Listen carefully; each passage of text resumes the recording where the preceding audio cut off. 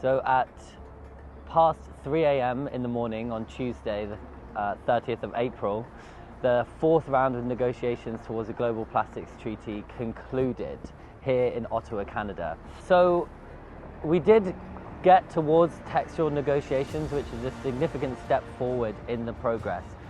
Up until now, we have been talking much more around concepts and ideas rather than the actual text in the legal agreement. However, the text is still incredibly dense and with lots of different options. Almost 4,000 brackets are now within the Plastics Treaty text. A bracket means that there is no agreement about whether or not that text should be included.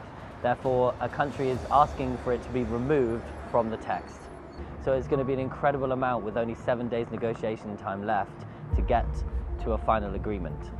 As ever, it was great for EIA to be here and part of the Civil Society and Rights Holders Coalition, holding governments to account and speaking truth to power on calling for a strong legally binding treaty.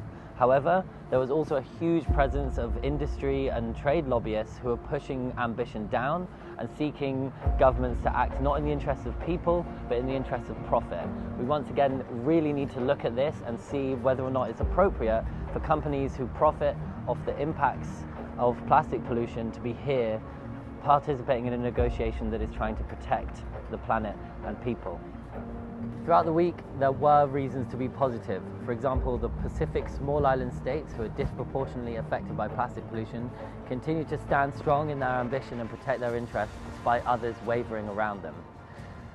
This culminated on Monday with the Bridge to Busan, which is a political declaration by nearly 30 countries who are calling for plastics production to be included in the eventual treaty. We hope to see more and more countries joining this as we approach the next round of negotiations and continue that momentum and political will to see a strong treaty.